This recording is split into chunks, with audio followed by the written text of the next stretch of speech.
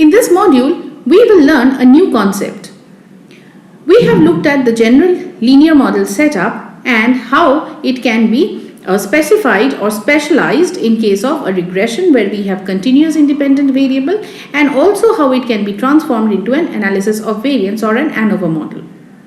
In this module, we will look at a blend of these two concepts into one model which is called the analysis of covariance model. We will see how we can introduce this model, what the form this model takes, and from there on we will discuss the details of this particular type of linear model. In some of the modules in regression 1, we had introduced the concept of analysis of variance, one-way, two-way, and we have also discussed variance of the one-way and two-way analysis of variance in terms of the fixed, the random and the mixed effects and the different models connected to them. In this particular model, we are going to discuss, or we are going to introduce a new concept of analysis of covariance. In case of a general linear model, we can write the model as y equals x beta plus epsilon. In case of regression, the x variable, they are the columns corresponding to the different continuous variables, which are the independent variables, and they are influencing the dependent variables, which are the responses in the study given by y.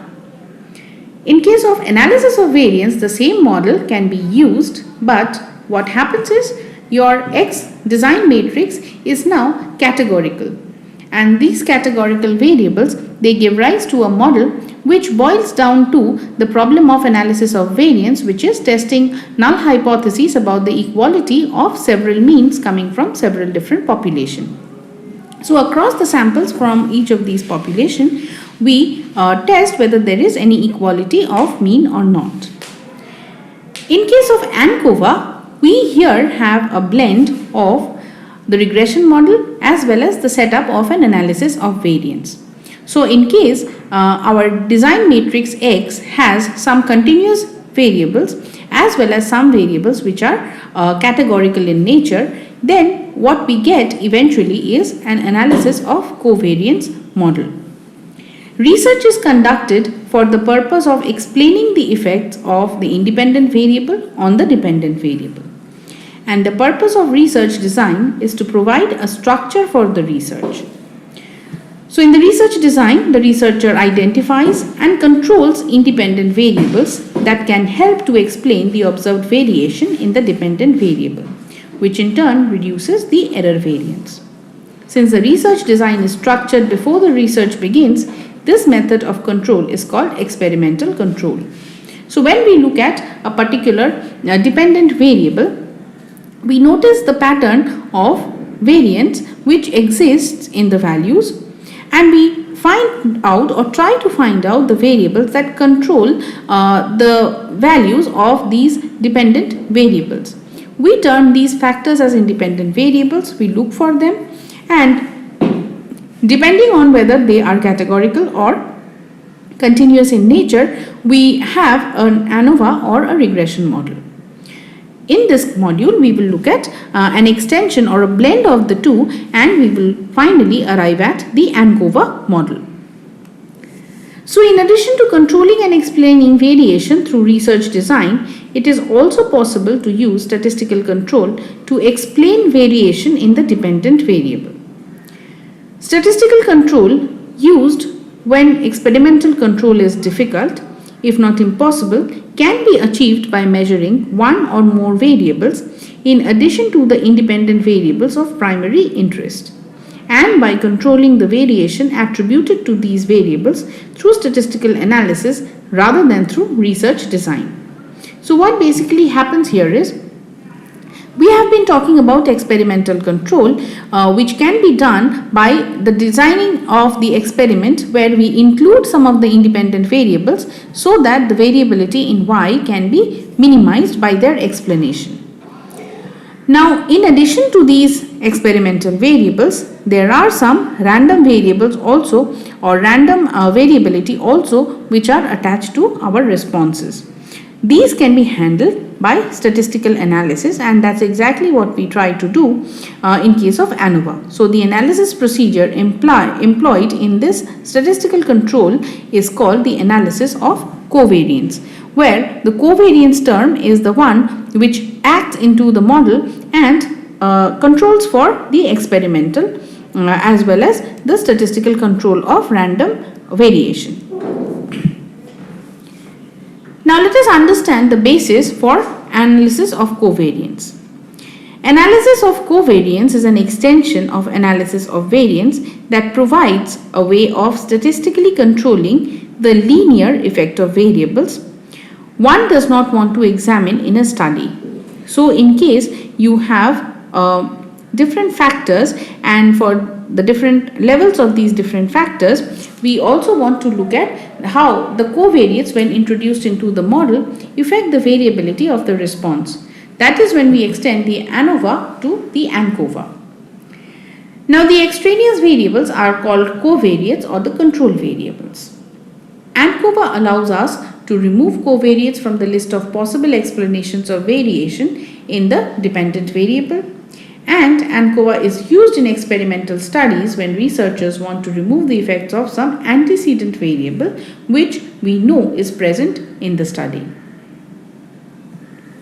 ANCOVA is also used in non-experimental research. So far, the experimental research gives us some control over the conditions of fitting a model where we want to explain the variability in the dependent variable using the independent variables.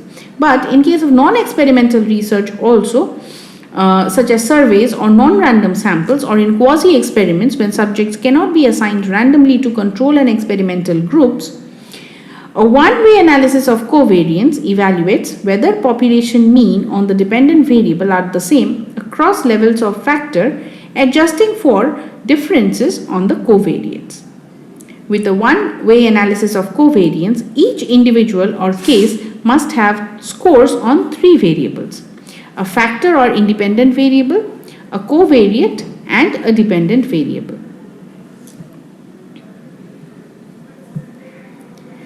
Now what the factor does is, the factor divides the individuals into two or more groups or levels, while the covariate and the dependent variable differentiate individuals on quantitative dimensions.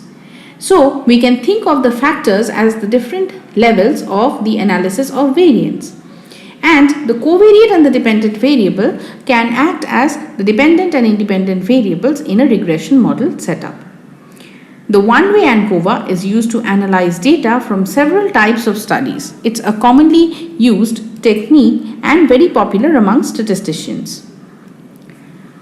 Now the logic behind the usage for ANCOVA is that an ANCOVA will be superior to its ANOVA counterpart in two distinct respects. First, it will give us increased statistical power. Second, there will be more control over the experiment that we are performing. But we have to also consider the fact that an ANOVA is only a superior tool as compared to an ANCOVA is superior to an ANOVA so long as a good covariate is used. Just like in case of regression model, we have to be very careful about the choice of the independent variable that we introduce into our model. In case of ANCOVA also, the covariate we have to be chosen very wisely. Since the probability of a type 2 error is inversely related to the statistical power, the ANCOVA will be more powerful than its ANOVA counterpart, presuming that other things are held constant and that a good covariate has been used within the ANCOVA. Now when we fit an ANOVA model or a regression model, we test a few hypotheses, and based on the statement of these null hypotheses, we accordingly use the t-test or the f-test for testing the corresponding hypotheses. In case of ANCOVA, the f-tests associated with a standard ANOVA are computed by dividing the MS for error into the MS for the main effect. If the MS or the mean square of error can somehow be made smaller, then the calculated f will be larger. The calculated p will also be smaller, and as a result will end up being lower than the level of significance that we have fixed. Hence, there is a better chance that null hypotheses will be rejected. When a good covariate is used within covariance analysis, this is exactly what happens. Data on the covariate function explains away a portion of within group variability, thus resulting in a smaller value for the mean square of error. So, if most of the variability is accounted for by a covariate, by a good covariate in that case there is very little variance which is accounted for due to the error, and hence, as we have stated in the above bullet, the F-test statistic happens to be very large and the corresponding calculated p-value happens to be very small, thus rejecting the null hypothesis. But why ANCOVA? When we already have a regression model to take care of the continuous covariates and their relationship with the dependent variable, and we also have the ANOVA model, why do we really need to blend them together and look at an ANCOVA? We need an ANCOVA to bring about the desired control. ANCOVA adjusts each group mean on the dependent variable. So in case of ANCOVA, we look at the different group means on the dependent variable. Also, in turn, the group means are also affected by the covariate. So if the covariate is wisely chosen, then the ANCOVA gives you group means adjusted for different dependent variables and also controlled for the covariate. The degree to which any group is mean score on the dependent variable is adjusted depends on how far above or below average that group stands on the control variable. By adjusting the mean scores on the dependent variable in this fashion, ANCOVA provides the best estimates of how the comparison groups should have performed if they had all possessed identical or statistically equivalent means on the control variable. Now, in order for ANCOVA to be effective, however, the covariate must be linearly related to the dependent variable. So this is one of the criteria that we have to keep in mind when selecting a covariate. When we say that the choice of covariate should be done wisely and it should be a good covariate, what we really mean is that the covariate should have a proper linear relationship between the dependent variable or a reasonably strong linear relationship with the dependent variable.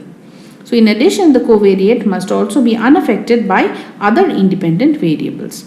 As in the case of multicollinearity in case of a regression model, we have to be careful that the covariate must be unaffected by other independent variables, because if they are affected, then the final effect of the covariate on the response will be flawed and also will be contaminated by the effect of other independent variables.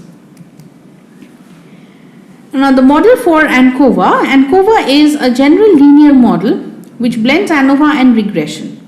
It evaluates whether population mean of a dependent variable are equal across levels of categorical independent variable, often called a treatment, as we had done in ANOVA, while statistically controlling for the effects of other continuous variables that are not of primary interest but have some influence on the dependent variables. They are known as covariants or as the nuisance variables. So the mathematical expression for ANCOVA is described as follows. Assuming that a linear relationship exists between the response and the covariate, Yij, which is the response, can be written as mu plus tau I plus b xij minus xi bar plus epsilon ij, where Yij is the jth observation under the ith categorical group, mu is the grand mean, tau I is the effect of the ith level of the IV, xij is the jth observation of the covariate under the ith group, xi bar is the ith group mean, and epsilon ij is the associated unobserved error term. So under this specification, we assume that the categorical treatment effect sums to 0. If you recall, in case of analysis of variance, there were some restrictions which were placed on the treatment effects so that we could estimate the treatment effects as well as look at other inferential questions. We could answer other inferential questions about those treatment effects. Here also we are sort of imposing the same kind of restrictions by assuming that the categorical treatment effect sum to 0, that is sum over I, tau I equals 0.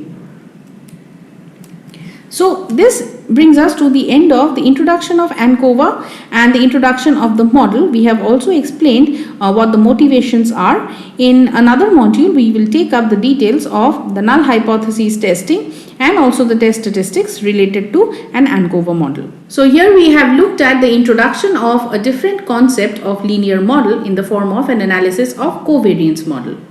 In case of analysis of covariance, we have the values of a dependent variable or our responses which are classified by the different levels of our categorical variable or the ANOVA treatment. And in addition to this, we have what we call a nuisance parameter, which is considered, or a nuisance variable which we consider as the covariate, and how this, just like in case of regression, is a continuous variable and how it confounds and affects the values of the dependent variable under the effect of different treatments which are in the form of analysis of variance.